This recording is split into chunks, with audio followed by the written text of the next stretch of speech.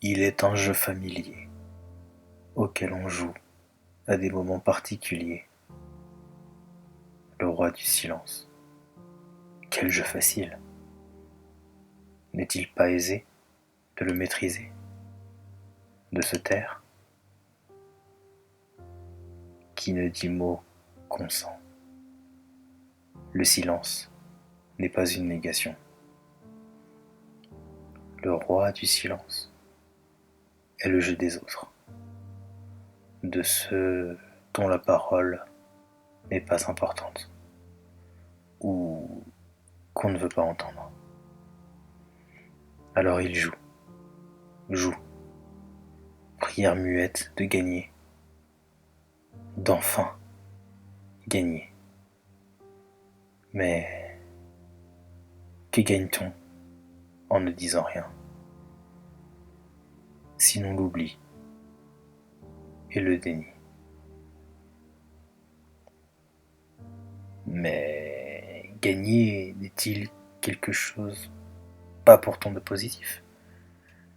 Le succès d'une défaite imminente, la conquête du vide. Le silence est un vide. Le silence est une amie qui engouffre ses proches, qui les enlace à les étouffer, qui aime bien, châtie bien, n'est-ce pas? Souffre, souffre, petite chose, car je t'aime. Je t'aime fort, et tu en souffriras d'autant plus. Drapé de son silence, avancer dignement, fier d'avoir pour amie la seule fidèle d'un bout à l'autre de la vie, malgré la colère et la haine, l'amour et la détresse. Petite fleur tombée au sol, lorsque les silences tombent, les masques se lèvent et les joueurs poursuivent leur jeu dans un silence pesant. Lourde est la fleur qui orne leur veston, le cœur lourd, ils tournent en rond.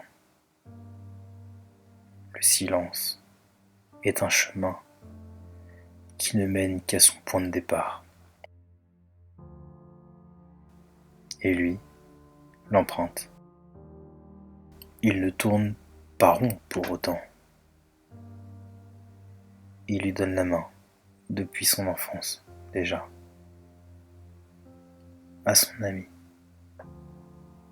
Il marche dans ses pas depuis longtemps. Aussi, son bouquet est bien garni. Et c'est à elle qu'il tend les fleurs, autant le masque.